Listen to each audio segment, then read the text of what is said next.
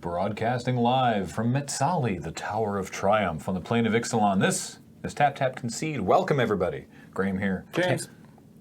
No, go ahead. Go ahead. Got right in there. Like you just, it was just James. Yep. Cameron here. And today it's a Q&A episode. We just now asked for some questions. Literally like 10 minutes ago. From the Twitter account, and we're gonna answer some of those questions. Before that, we're gonna crack a pack, and before that, we're gonna remind you that Tap Tap Concede is brought to you by CardKingdom.com for all your cardly needs. Go to CardKingdom.com/LRR. That lets them know we sent you, and we do that because we really like them. They do really good stuff, really excellent customer service, competitive prices, all that stuff. Their buy list is really good too. And if you tell them, Loading Ready Run sent me, button please, they'll give you a little 1-inch button, which currently, it's just cycled over, is a reprint of an old favorite that said, just flunge. So the just flunge button is back for those who missed it the first time around. And yeah, apparently powerful magic just Out the door. it went so quick. Oh no. Yeah. And also, this show and everything we do is brought to you by Patreon, by you at patreon.com/loadingreadyrun. Check it out. We appreciate it. All right, let's get into cracking a pack or two. All right. Well, I mean one, but Throw that dice. wow, that rolled right away. 11. 11. All right. Hooray. 2, 4, 6, 8, 10, 11. Oh, it is Conspiracy. Ooh. Take the Crown. Fancy. This was given to us by Trey. Wait, what's this say? There's so many words here. It says Trey, PAX South 2017. It also says Dragon's Lair. That might be a store. And I don't know what that says. Shreveport. Shreveport. Is that the town? Oh, okay. Maybe. Oh, I don't know. So I guess this is thanks to Trey from Dragon's Lair in Shreveport. I was assuming. That's my guess. But I obviously spelled something wrong because it looks like Sprevfort. Maybe there's a Sprevfort in Texas. Maybe. Alrighty. So, I forgot that the set's called Take the Crown because I always make the Watch the Throne joke. Yeah. First up, Blood Toll Harpy. Ooh. It disappeared. It's It's a broken image. I can see the broken There's image. a little broken image in. Huh. I've never seen that before. This card's not that broken. It's a 2/1 flyer for 2 and a black. When it enters the battlefield, each player loses 1 life, which is fine. It's fine because you have a 2-power flyer. So, yeah. Sorry, that's weird. Paul's figuring out what's up with the imagey thing. There it is. Blood Toll Harpy. Great. Okay. Originally from Theros, I think. yeah. Traumatic Visions is 3 blue counterspell. That's a expensive counterspell. But you can pay 1 and a blue to basic land cycle it. This seems not Yeah, very good. No. No. We were just talking yesterday on stream about 5-mana counterspells. Yeah, but that one's actually pretty good. The Spell Swindle. The Spell Swindle's nice. Yeah, because And you get some stuff out of it, but I don't think the basic land cycling makes us that good. But I don't know. I like that this guy's Traumatic Vision. Is it Strix? It's dominated mostly by an owl. Yeah. I mean, there's like an eye. There's a big creepy eye. There's like some and then- octopus tentacles down there somewhere. Oh Because yeah. this is a reprint from Alara, I want to say. I think so. Who's the little guy in the bottom right? I don't know. It's like a bird skull. Oh, Looks like creepy bird skull. the death of birds or something from Discworld. All right. Tormenting Voice. Speaking of people having a bad day. 1 and a red for a sorcery is an additional cost to cast Tormenting Voice. Discard a card. So you're down 2 cards, but then you draw 2 cards. I actually quite like Tormenting Voice. I don't remember if it was good in this set, but I recall I like it. We've seen a few of these cards in red before, and they're generally, at least in limited, fairly playable because card advantage in red, Regicide. Ooh, it's one of the fancy border ones from Conspiracy. So it's a single black instant. Reveal it as you draft it. The player to your right chooses a color. You choose a color, then the player to your left chooses a 3rd color. Destroy target creature that is 1 or more of the colors chosen as you drafted, named Regicide. Regicide. Regicide, regicide. It's like Regis Philbin. Sure. Yeah, I don't know. It kills Regis Philbin. Yeah, it kills Regis. This is also It's a the really specific kill spell. Yeah. But this is also the death of Brago. Yeah, which is pretty rip in great. peace, Brago. The hands of Kesa. Is that her name? Yeah. Oh, I forget the assassin's name. The Planeswalker. Yeah, Ghost Assassin. Yeah, I think it's Kesa. Kesa. Yeah, Queso? Or is it a cheese thing? That's a cheese thing. that's a cheese thing. I remember this being fine. Yeah, Right. well, it was 'cause- an interesting mechanic, right? Yeah, it's like I drafted. Hey, everyone, I'm drafting Reggie Regicide. Cam, pick a color. red. I pick green, blue. There, I can kill anything that is red, green, or blue. Yeah. So presumably, the people on either side of you are going to choose the colors they're not. Yeah. Yeah. So do you think I wonder if this is more like I wonder how useful this is. Like if it was just 3 colors at random, as opposed to the 3 colors that are chosen. Like I wonder. Like Well, I also imagine there's- it doesn't actually matter that much. Well, but- Well, I mean, like, I'm of going the- to choose a color I'm not in. Yeah. You're going to choose a color you're not in, Yes. guaranteed, right? So Yeah. it'll have some targets. And also, you're revealing this card, so they both know that you're in black, Yeah. or at least they're splashing black, right? So So probably they can one pick of the, black. One of the people is going to choose black. But then again, just because you're in black, it doesn't mean no one else in the draft is going to be in black. Exactly. Well, Yeah, like, right. I really enjoyed how much they felt comfortable playing around with the draft matters mechanics in this set. Yeah. Strength in numbers. 1 and a green for an instant. Until end of turn, target creature gains trample and +X, where X is the number of attacking creatures. I like this card. Yes. This could Card is real definitely good. win out of nowhere. Yep. Oh, show. I'm looking at the flavor text. The hermit dies, the outcast dies, the lone wolf dies. Only those who stick together survive this world. Because it's like strength in numbers. Except, You would think the picture. are there cards that are like a hermit, an outcast, and a wolf that make lots of tokens? Yeah, there's Hermit Druid and and then what? Deranged outcast? Yeah, and then something of the pack. Yeah. I mean, there's several things Master that of the makes leader that of the makes pack. wolves, but yeah. Yeah. I'm curious if that's like a next level reference to like some specific token cards. Probably It's not. weird that the picture on strength and numbers is just a single thing. Well, Well, I mean, there's lots of other things. little There's things little around things it. around it. It's gotten bigger because of the other ones, I Yeah. guess. Oh, I see. Yeah. Anyway. God's Willing. Yay. Single white mana for an instant. Target creature you control gains protection from the color of your choice until end of turn. Scry 1. This is real irritating in Theros. Yeah, I this was don't bonkers in Theros. I don't remember how good this was in Conspiracy 2. It was actually pretty annoying. Like, not like crazy, because there's not all the heroic creatures running around. But what you did end up with is like, just the way that games of Conspiracy go is people are like, oh god, there's so many threats. Okay, I'm going to use my premium removal on that threat. And you're like, nope. Nope. And then you still have this big ass threat. It was irritating. It wasn't like a high pick, but it was super frustrating when it came up. Leovold's Operative, 2 and a green for a 3/2 elf rogue. Draft it face up. As you draft a card, you may draft an additional card from that booster pack. If you do, turn Leovold's Operative face down, then pass the next booster pack without drafting a card. You may look at that booster pack. Oh, interesting. So you're you draft it. It's a 3/2 elf rogue. That's all it does. It sits there, but then you get a pack and you're like, oh, I actually really, really badly want both of these cards. So you just turn this down and you're like, I'm taking 2 cards out of this pack. You pass that card on. Then you get to look at the next pack, but you don't get to take anything from it, Right. which is like can be frustrating if you're like, oh no, I really wanted that card. Goodbye. But it's pretty great. Yeah. It's one Yeah, of those you have ones to where really it's- mean it. It's like objectively, it's better to look at the pack that you can't draft from, just because it gives you more information about the draft. Yeah.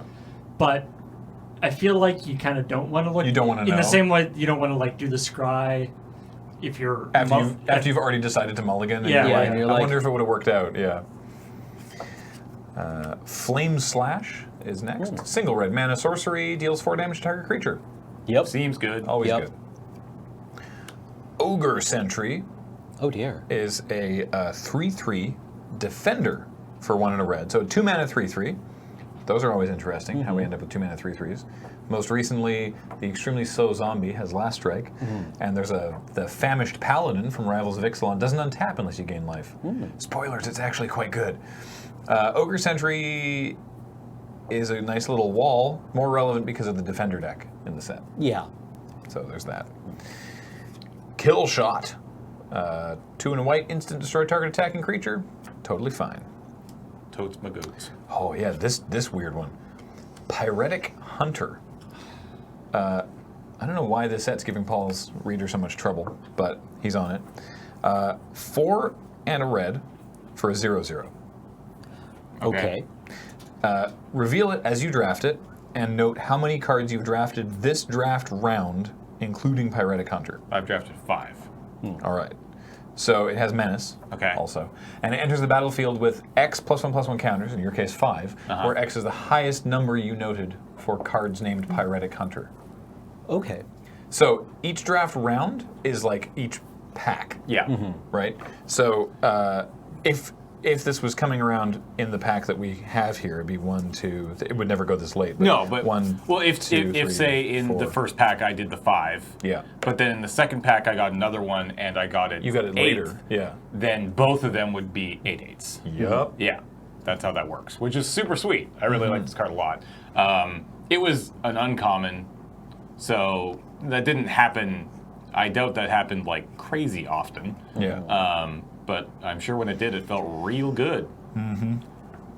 Unfortunately, so the unfortunate thing about these Draft Matters cards is that they can never exist anywhere Yeah. else. Like they aren't even good for Commander. Like the Nope. Leovold's, like the Elf Rogue, is a 3/2 Elf. Yep. For 3. It does at least that much. Yeah. All the text is useless. This actually dies. If you Yes. didn't draft it, Yeah. you can't You cast. can't I mean, cast you it. can Well, cast cast it, but it, it just yeah. dies. Regicide doesn't do anything, which is kind of a shame because like some of these cards are cool and I like the border. Keepsake Gorgon is 2/5 for 3 black with Death Touch because it's a Gorgon.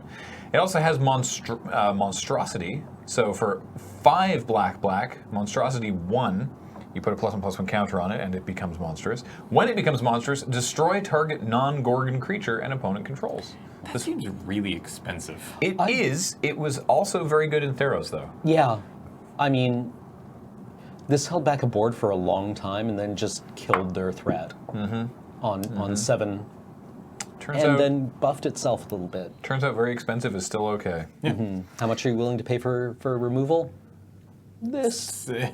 Yeah. You know what you can play in Commander, though? Knights of the Black Rose. 3 white-black for a 4/4 human knight. When it enters the battlefield, you become the monarch.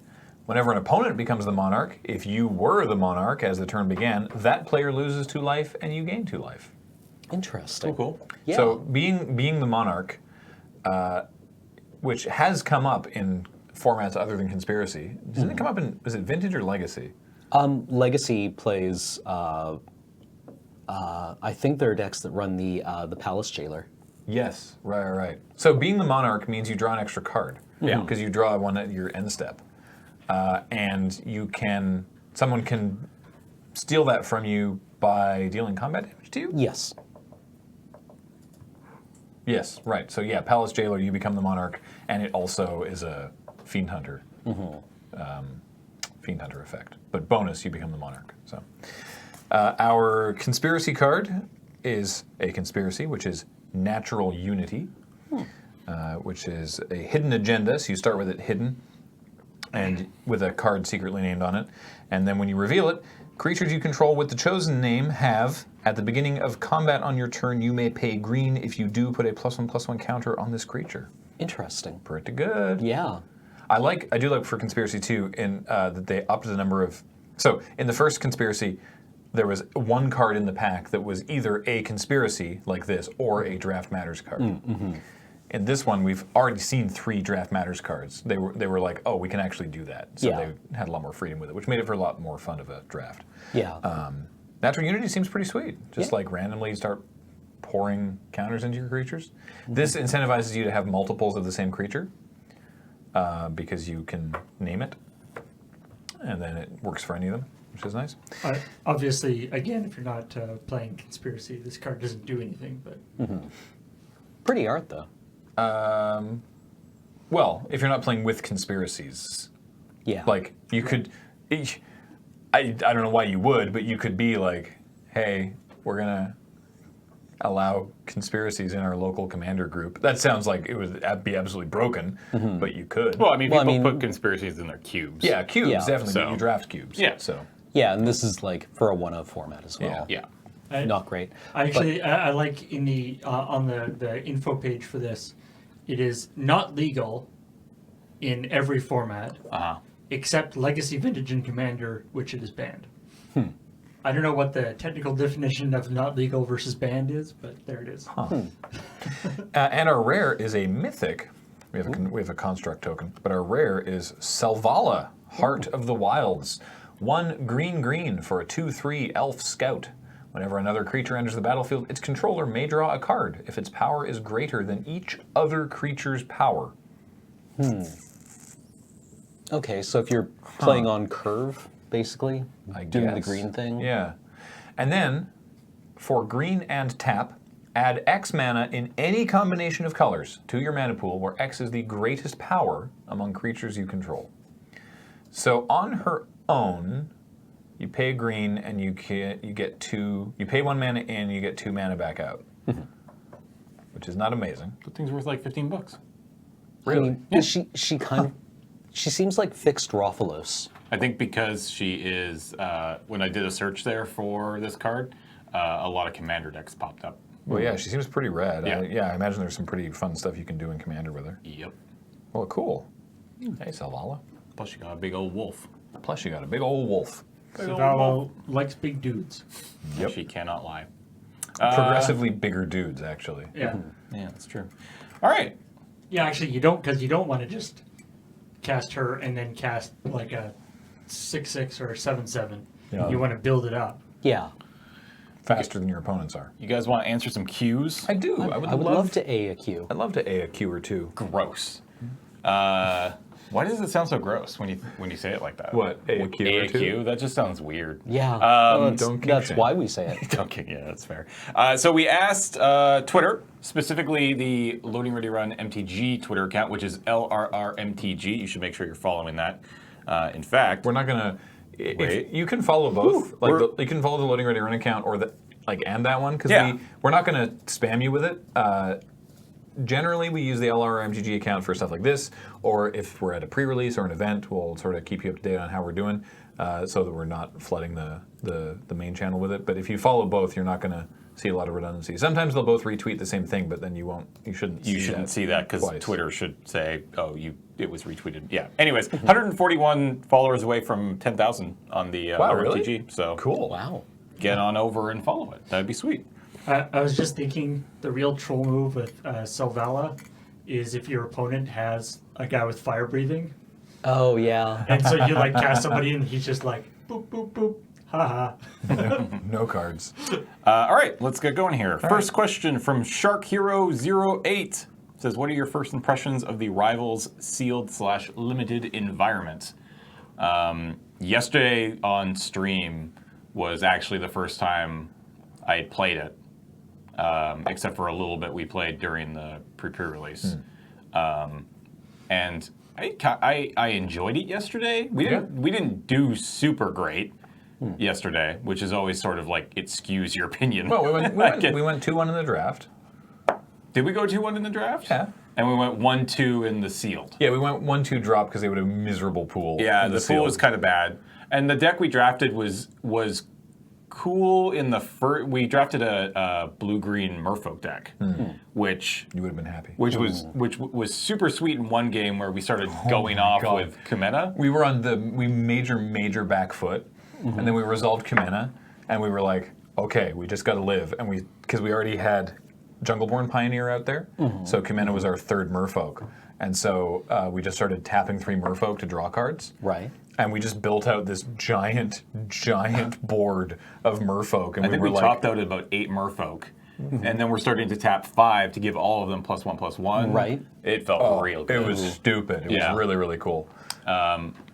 Overall, it does kind of feel a lot of the same. Like draft one of the tribes and play a game of Magic. So I get the feeling that it probably won't keep my attention for like the full amount of time between the next set, which is I guess Dominaria. But luckily we have Masters 25 in like 2 months. Yeah, like if you're So, if you're somebody who gets to draft 2 or 3 times over the course of a format at your LGS, I'm sure this will be fine. Yes, like absolutely. The thing is, they've gotten very good in that. I don't think since we've started playing there has been an actually miserable draft environment. I know people like to rag on Avison Restored, but if you were only doing 2 or 3 drafts, it really was not that bad. But I'm curious to know what people like Marshall or Luis think about it, because normally they draft a lot. Yeah. Right? And Marshall is like, this is one of the worst draft environments we've had in like 5 years. Yeah. So I'm curious if the 2 packs of Rivals switch it up for him. I kind of feel like they probably won't. Because Probably I not. don't think it's doing. Because I think the reason It's just that sort of people, taking the stuff that was there before and making it bigger and cooler. Yeah, but exactly. It's not changing But the it's not. fundamental yet. Yeah, it's not changing fundamentally that you still need to draft a tribe, or you're Yeah. probably not going to be doing very well. Yeah, or well, having as I much mean, fun. like, it reminds me of that gif of Danny Glover walking into, or not Danny Glover, Donald Glover. Donald Glover, different people, walking into the burning apartment. Yeah. Only he's carrying way more tribal cards, right? Yeah. He's like really excited, and everyone's like, no. Everything's on fire still. Yeah. All right. But like it added a lot of support for merfolk and vampires, which I like. But Those were already the 2 better tribes. yeah, It added some good stuff for dinosaurs, though. Like the 2/4 that makes dinosaurs even cheaper yeah. is pretty good. Yep. The Forerunners seem really important. Yeah. Yeah, the but Forerunners are again, sweet. that's way more doubling down into tribes, Yeah. right? I don't know. Like I guess like I think that it looks to me, and again I have not played a lot either. It looks to me like it is improving and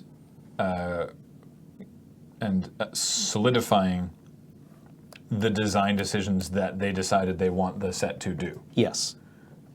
and that's good. If you aren't enjoying it, this probably won't. Like if you haven't been enjoying Ixalan draft and sealed, this probably won't be like, oh, I like it now. Yeah. But it's definitely like doing a good thing for what.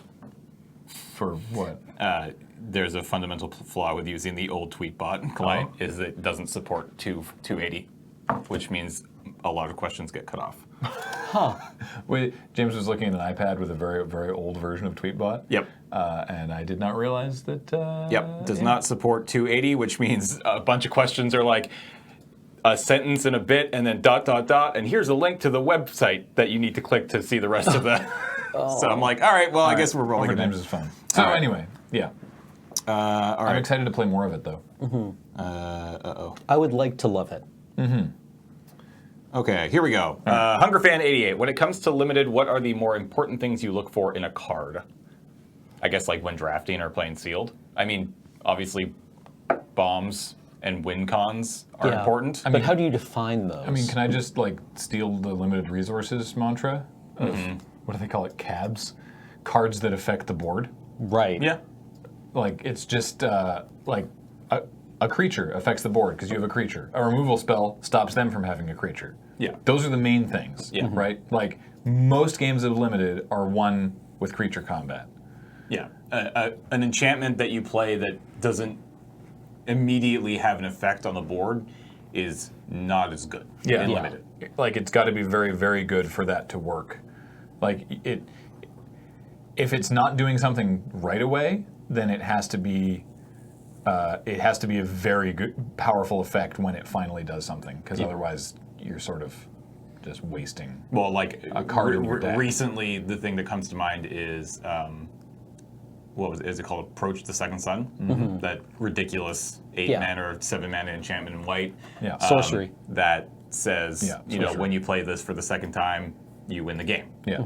it's a sorcery, but Yeah. not an enchantment. But yeah, that is not a card that immediately has any effect. But the effect that it does have eventually is incredibly powerful and actually found some play in Limited. Like at first people are like, this is garbage, don't play this. And then it was like, well, maybe it's not. Like Yeah. it's not the worst thing that you could be doing with your time. So But generally speaking, I'm looking for good, efficient creatures, ideally creatures that can also allow me to interact meaningfully beyond just combat, yep. and also cards that stop my opponent from having those creatures. It's, I mean, I know from, I guess from being like, I guess behind the scenes a lot of the time on drafts and stuff, there's a lot of the, like, people will come out of a draft and be like, you know, I didn't really have like a coherent strategy. I just kind of grabbed a bunch of stuff. And more drafts have been won by somebody who just has a bunch of creatures and beats down, Yep. rather than trying to be all fancy with synergies in your deck. Yeah. 23, Just- 20, yeah. or, sorry, 21 Yeah. creatures, 2 combat tricks, leave them up, let's go. Yep. It'll work. All right. Too Bizarre asks, do you have any obscure characters you want to see return in the Magic story? No. I don't, but I don't really pay much attention to the story. So I'll say Tybalt. I mean, I want Tybalt to come back. yeah, where's Tybalt? All right. Graham, you want to jump aboard the Tybalt train? when Choo-choo. when Thing in the Ice came up, the and then it turned into like the Awoken Horror. I was so excited that there's going to be like a Marit Lage thing, and that didn't really happen. But I would love to have more, because Marit Lage is probably the biggest thing that is the most mysterious right now. You know, she's bigger than Eldrazi, Yeah.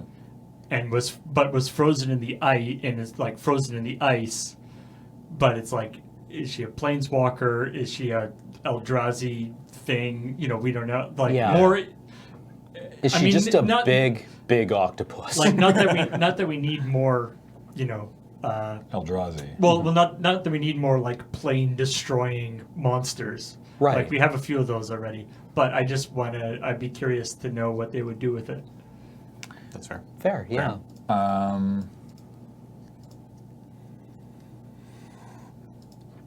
We talked a couple episodes ago about the sort of the planeswalkers that show up once in a set and then get forgotten, and more of them. But now that I'm thinking about her, I want to know more about Kesa, Yeah.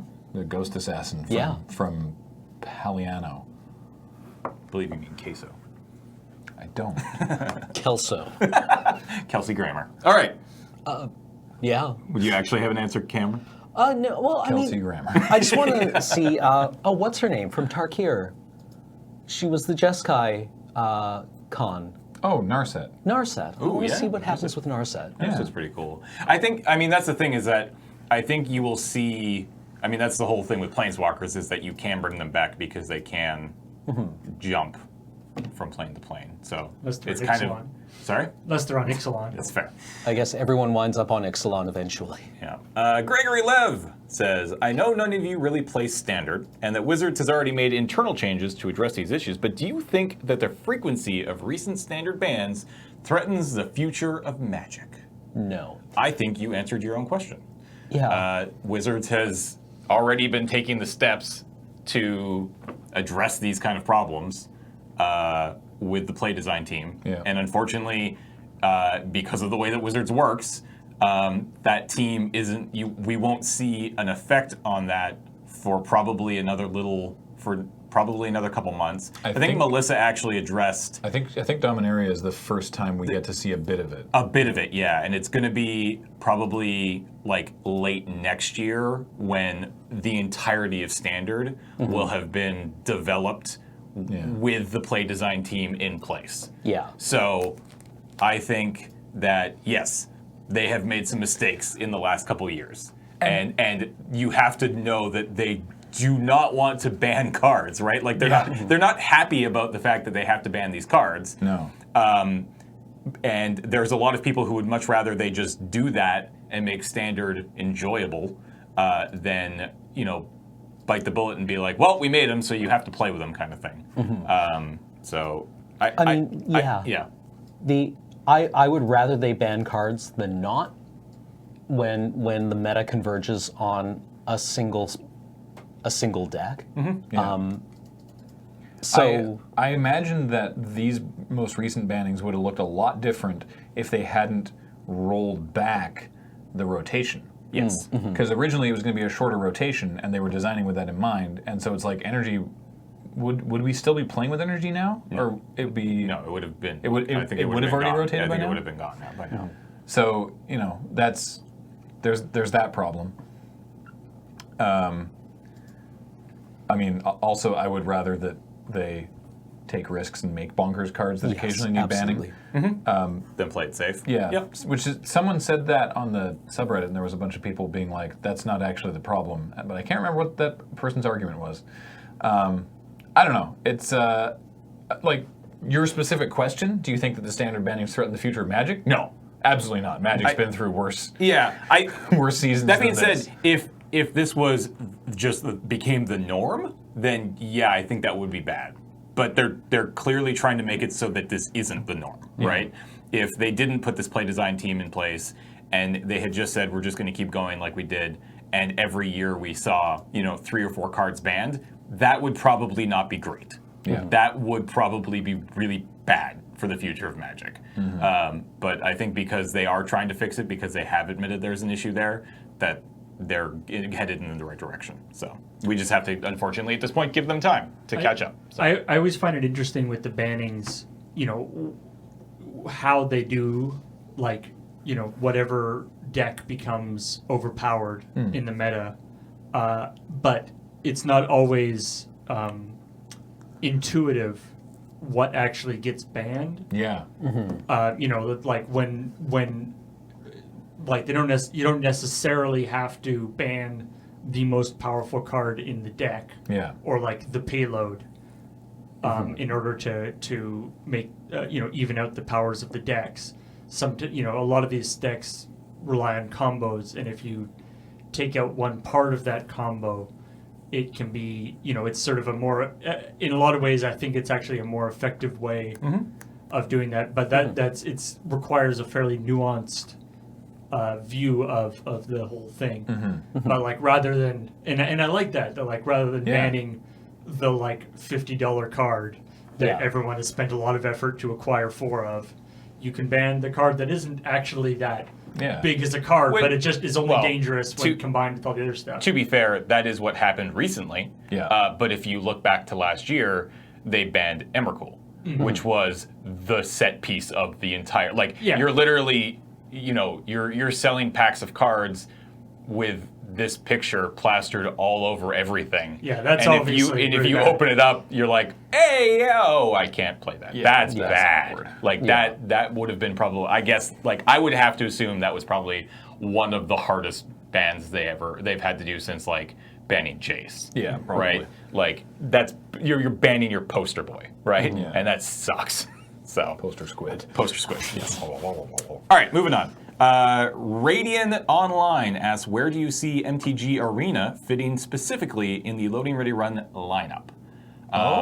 I absolutely 100% seeing it just full on replace Magic Online for our Thursday afternoon streams. Yeah. I don't see any reason why. Once they get draft in there. Yeah, but they're planning on launching with draft, so. Yeah, they're planning on launching with draft and standard. And to be honest, I would love to do more than just limited on that stream. And I think that with this launching with standard will go a long way to getting us into playing standard at least a little bit on stream rather than just week after week after week of limited, which I'm excited to do. And I think it's going to personally get me back into standard as well, especially when I can play on my phone. Right? The minute that I can play on my phone, that I can draft on my phone, that I can play standard on my phone is the minute I start playing standard again. So I think it's going to fit in quite nicely. So excited to be able to draft on my phone. Yeah. Yeah, you'd just be able to jam some games while you're on the bus. Yeah.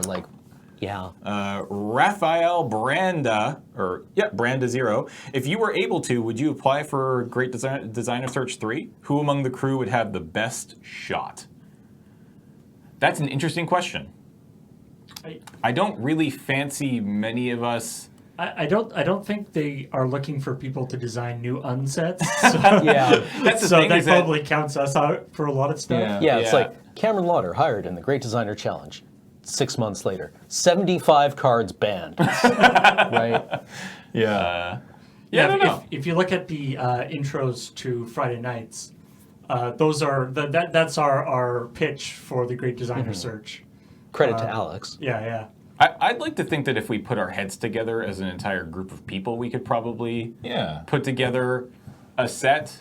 Yeah, like I think I could come up with some interesting ideas, but you know, I'm not a game designer, and that's a different skill set. Yeah. Like, I don't know. I think Paul has a lot of incisive comments in this podcast on, you know, like game mechanics and stuff. But again, I don't know if that's like. That doesn't necessarily translate. It's like I feel like any of us would be the kind of set that we would design would be like maybe like I feel, you know, especially when he was here for the pre-release, you know, I feel a lot of you know, comparison to like, you know, Mark Rosewater and stuff. Yeah. Because I mean, before he did Magic, he was literally a comedy writer. Yeah, exactly. Yeah. And so like I feel like the kinds of set we would design would be like a very early Mark Rosewater set. Yeah. You know, the idea being that like all sorts of really interesting, crazy ideas, but then doesn't necessarily work as well as it could. Yeah. Yeah. The thing, the Great Like, Designer but- Search is Yeah. more so about mechanics, whereas I'd be much more interested in like top-down design, Yeah. lore stuff, World building. Yeah. world World building. building. That's where I think a lot of our creativity would lie. I mean, we do top-down design of Magic cards all the time just for fun. Yeah, exactly. Just be like, oh, what would this kind of card be? Yeah. And I mean, a lot of those show up on Friday nights too, just for silly bits. I mean, my dream project would be to rebuild Fallen Empires as a good set. Because I actually really love the lore and feel of Fallen Empires. Homelands is a lost cause, but Fallen Empires maybe. Yeah. I Yeah, think put everything could- on like the same I power could save level it. as like I think Ogrotha can be redeemed at some point. yeah, but like put everything on the same power level as like Order of the Ebon Hand and like Hymn to Torak. Hymn to Torak being a mythic, Yeah. right? Or like the LRR version of Legends, because like Legends was just Richard Garfield's like play group Yeah. turned into Magic cards. Oh, right. or you know, it was just like a bunch of, you know, characters from D&D and like random stuff that they then turned into Magic cards. Yeah. That would be kind of like what we would design.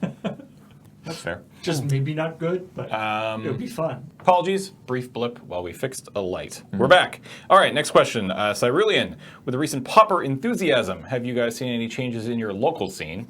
E.g., is the hype overblown, or is a new era in magic, in paper magic?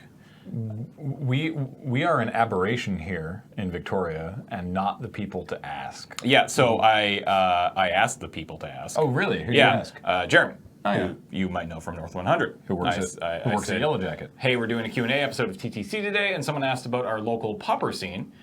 With that being said, do we have a local popper scene? Is it growing in the last few months with the resurgence? And he says it's growing. 2 stores are firing tournaments. It's still not huge, but definitely more interest than 6 months ago. So I know that YJ started a popper night, I think almost over a year ago now, maybe more than that, before the recent sort of craze about it happened.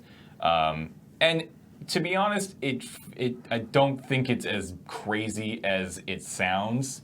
Like there was like at the GP a few weeks ago that they were like super excited to fire a popper tournament.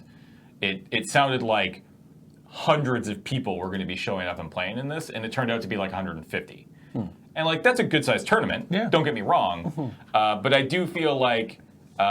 Right now, it's just This is the tournament that CFB added after the professor was talking about it? Yeah. Yeah. Okay. Yeah. Cool. I think right now we're just in the portion of the hype where everybody's just being very, very loud about it. Yeah. And I would be obviously super keen on Pauper, taking off and becoming a thing. And it's always had, as far as I know, a very healthy, group of people who play on Magic Online. Yeah. And it hasn't ever really broken out into the paper scene.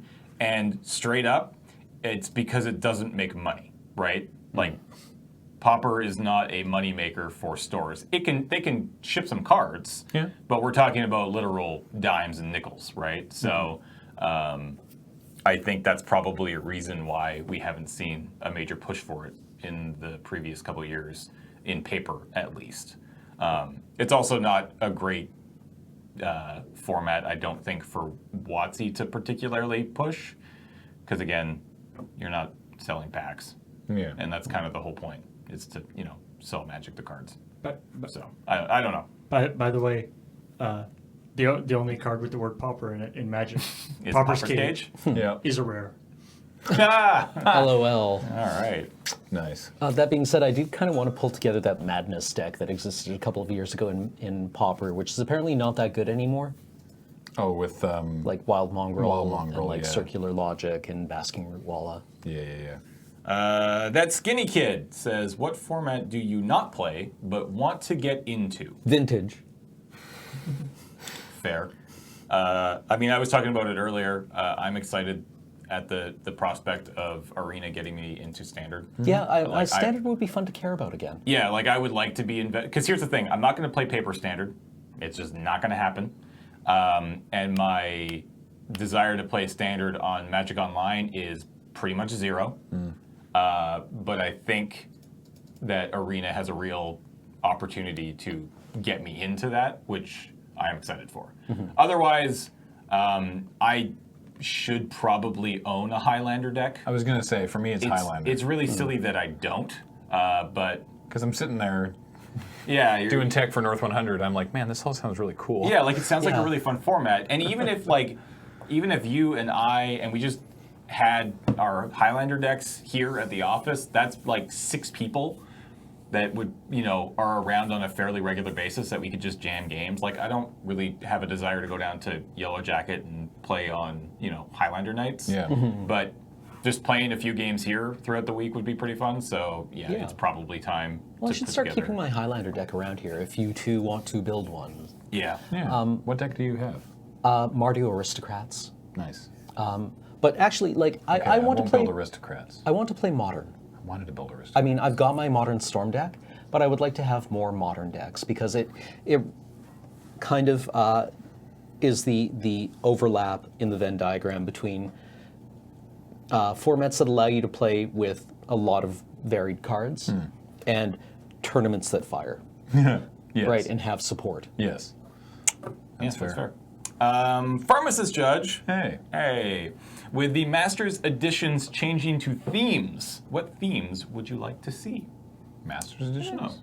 Yeah, like, so, Oh, you mean something Like- Masters? Okay, yeah. Yeah, so- Sorry, because the old Magic Online set reprint things used to be called Masters editions. yeah, he's talking, so Gavin posted an article the other day about products. Right. And then he went into Reddit and started doing an AMA, and somebody was like, hey, Iconic Masters kind of wasn't super great. And he was like, I apologize if you didn't like it. I was a fan. I think the draft format's really fun. But this is something that we're sort of angling towards, which is less, here's the modern Masters for this year. Because they've Right. done 3 already. Yeah. And there's only so much modern Masters you can print. Yeah. And they've done vintage Masters, but then they did Iconic Masters. And the idea is Iconic Masters was the first themed Masters set, Okay. with Masters 25 being the next themed Masters set. Okay. Right? So Masters 25 is a celebration of 25 years of Magic. Right. So what other themes of Masters set do you think that WotC could build? I mean, they could easily do a tribal I was just Masters. gonna say, yeah. Like, Tribal Masters is, I think, just a no-brainer. Homerids, do it. Homerid Masters. Yeah, you do Tribal Masters, and then a few years later you do like dumb tribal master. You do like the other tribal masters. I love this Homeward art. For the non-tribe, like the non-used tribes. Yeah. Because he's got angry eyes. Yeah. Any other ones that you can think of, theme-wise? I think like tribal is just like super straightforward. How about like I mean, it's almost getting into on-set territory, but like a like art theme thing, like not necessarily like one artist, but like maybe like it's almost like iconic art masters. Yeah, like that would be really interesting, I think. Yeah, I don't know. Yeah, I can't think of. I mean, I don't envy the person who has to do this, right? Phil because Foglio masters. which is Gavin, I guess. Yeah. All right. because like the Modern Masters 2017 was really good. Yeah. Right. And then the next one after that would be what, Theros, and focused on Theros and Tarkir, Yes. right? Yeah, I guess so. Yeah. And I mean, it was easy when it was pulling from Innistrad and Return to Ravnica, but I mean, like they could do like I mean, if they wanted to, Pauper Masters, that'd be cool. Yeah. All right, let's move on. We're only going to answer this question if everybody knows what it is.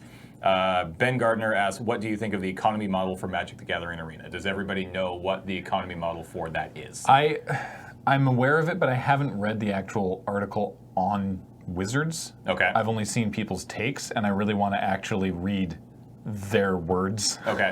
Cam? Because so often stuff gets put through an awkward lens. I have not. No. Okay, we're not going to answer that question then. Maybe we'll talk about it next week. I don't or think- within the next couple weeks. I don't think no trading is the end of the world. I don't necessarily think that that's I think it's horrible. all right. I think it is a trading card game. Like it's right there. It is a TCG, and it has been a part of the game for 25 years. And for it to not exist in this format just seems weird to me. I'm not saying that's necessarily the end of the world. I just think it's weird. But they're trying to make it a digital card game of today, and no other digital card game has trading. Then that differentiates you between the other games for sure, right? You know what honks me off is that people are like, why doesn't Magic the Gathering do this thing, this thing, this thing, this thing that Hearthstone, Gwent, and Eternal do? And then when they do that... Well, but they are. That's the thing. No, but Like, they're doing...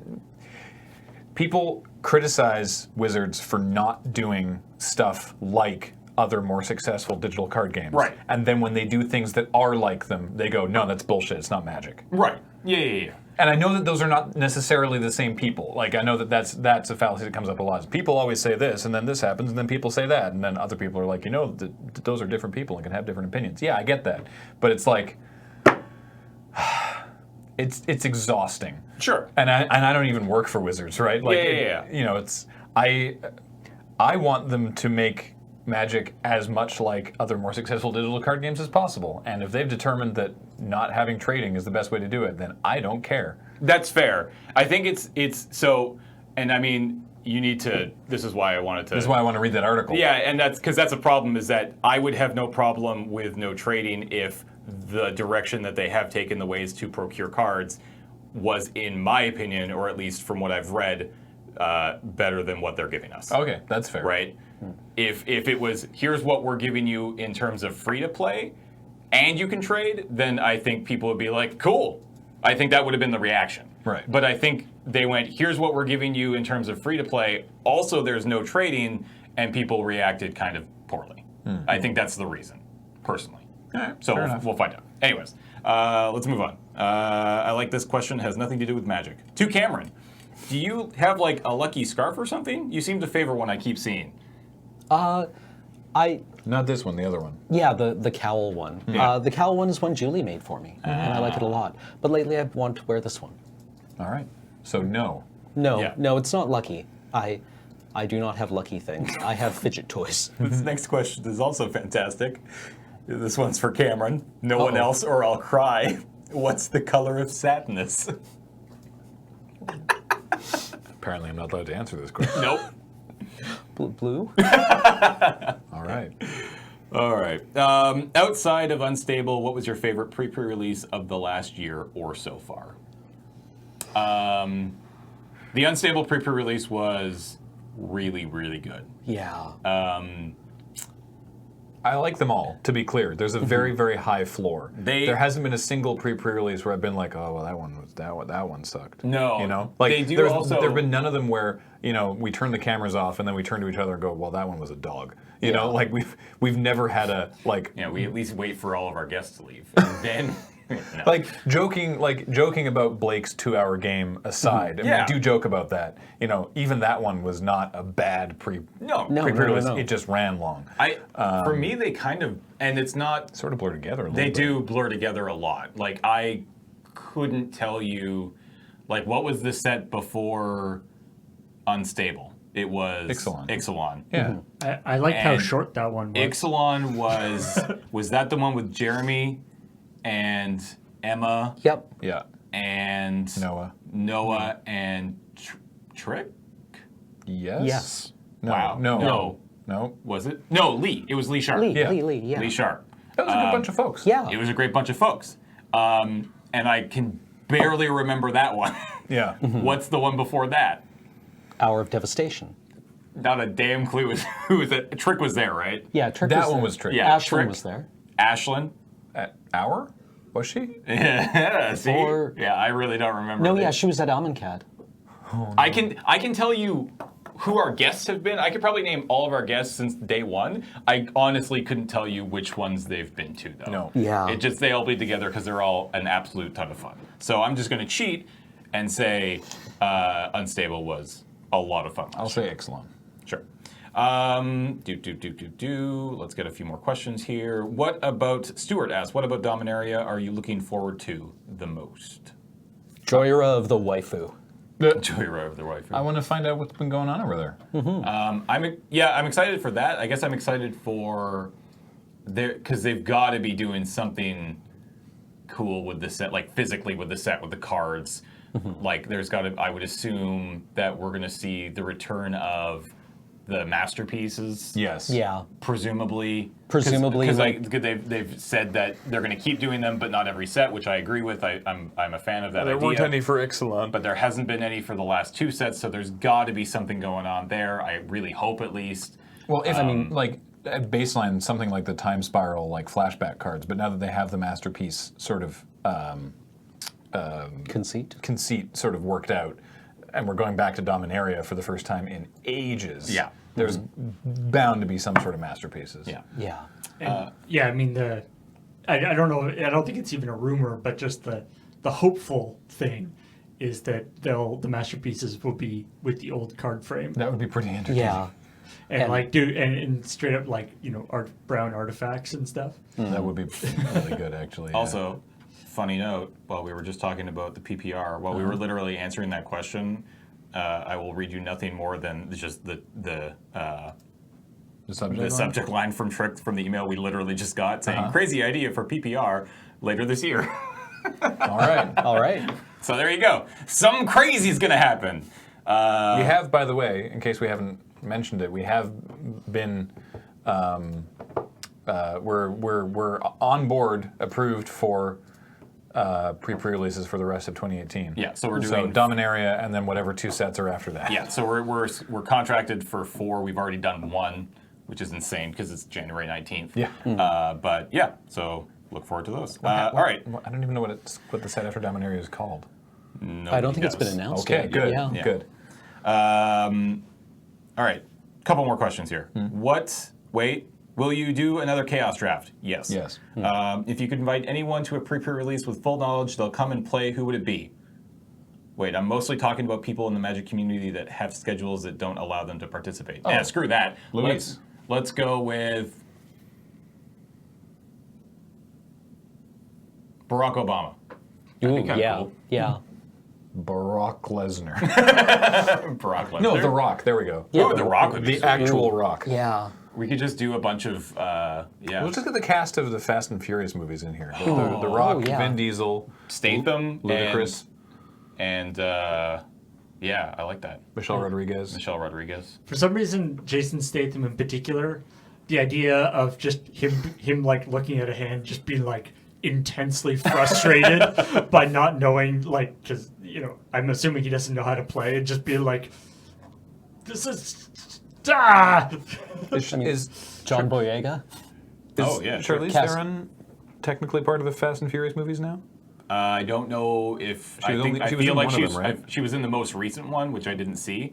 I don't know if she's a returning character Okay. though. But all right, we have one time. Let's do one more. All right. And it was one from earlier that I skipped over, saving which it for the end. is Logan asks. I thought this curious. Do you guys still have personal collections like rare binders?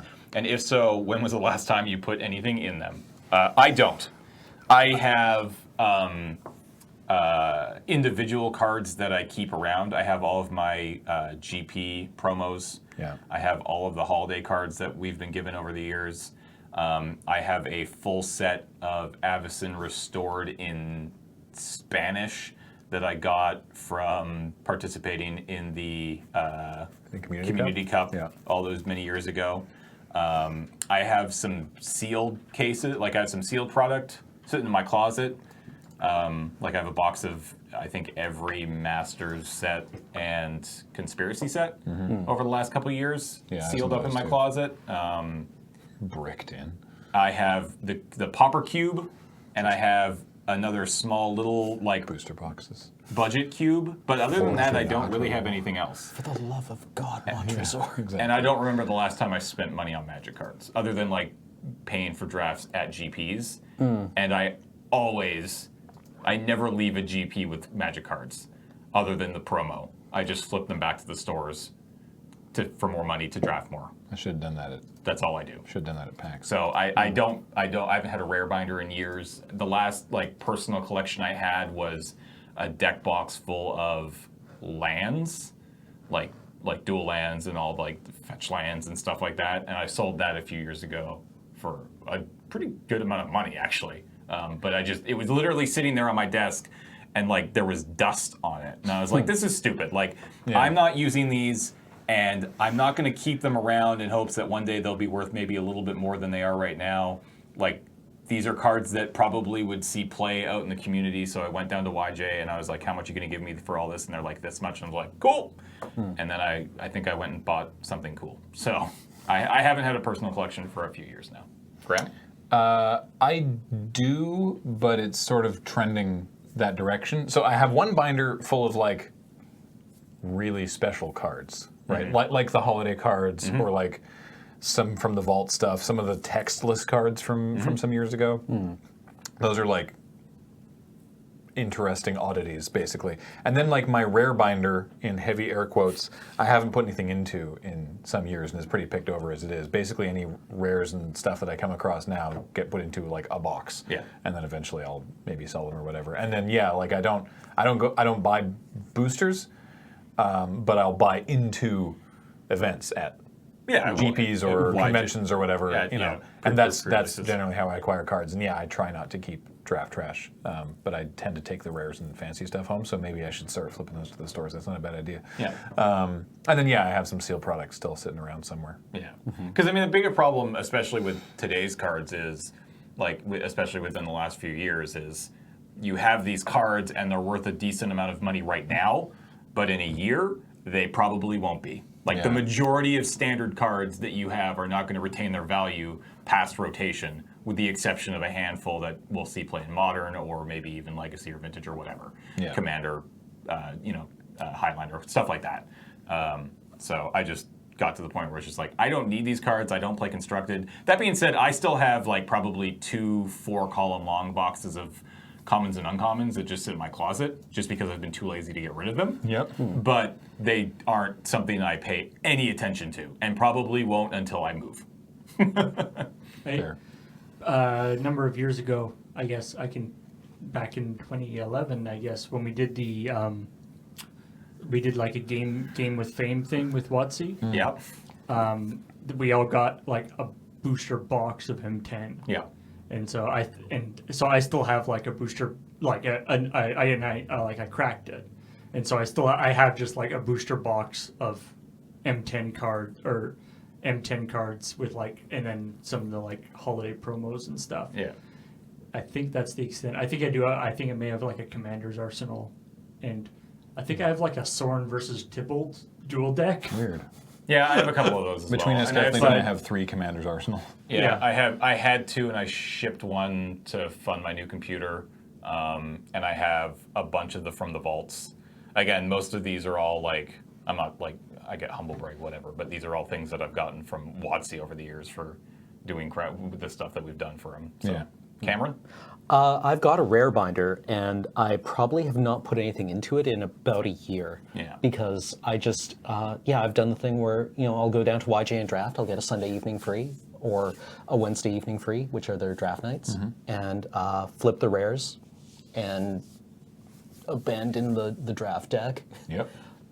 So I can play or have more draft experiences, Yep. basically. And then when I see a deck I want to play in Constructed, I will try to assemble the cards for it independently of anything else. Yeah. Because I live in a tiny apartment and don't have a lot of space. Yeah, and like we open a lot of cards here, whether it's Friday nights or the pre-releases or for just our regular Friday night drafts or whatever we're doing. The Crack-A-Pack boxes, actually those ones stay they stay aside. We don't actually trade those in, but almost all the cards that we open here are communal cards that are paid for by the company, or they come by via WotC, and we just take them down to YJ after we're done and split the credit between the 6 or 7 of us who play at Yellow Jacket in some form or another, whether it be Highlander or pre-releases or something like that. We still have so many cards here, though. Yeah. Yeah. Oh, yeah. And we have a tremendous amount of cards. in this office. And we have stupid. it's always just like, okay, we got all the cards, and then you open a drawer. Yeah. There are so many just drawers that aren't supposed to have anything in them that you open, and there's like Here's a bunch magic of cards. a bunch of decks in it. It's Yeah. like, where did these come from? I don't know. Where did they go? I don't know. Yeah. We had to clear off this space because we were shooting here. So Yep. Yep. But yeah, when I'm putting together like a Commander deck or that Highlander deck that I said earlier, I should maybe try and build. I tend to just get the singles either from our local store or Tap Tapping Siege is brought to you by cardkingdom.com/LRR. That's why I left this question till the end. Yes, that beautiful segue. And also, the show and everything we do is brought to you by Patreon at patreon.com/LoadingReadyRun. Thank you all so much for your questions. That was wonderful. Appreciate it. And we will talk to you next week. Bye, everybody. bye. Bye.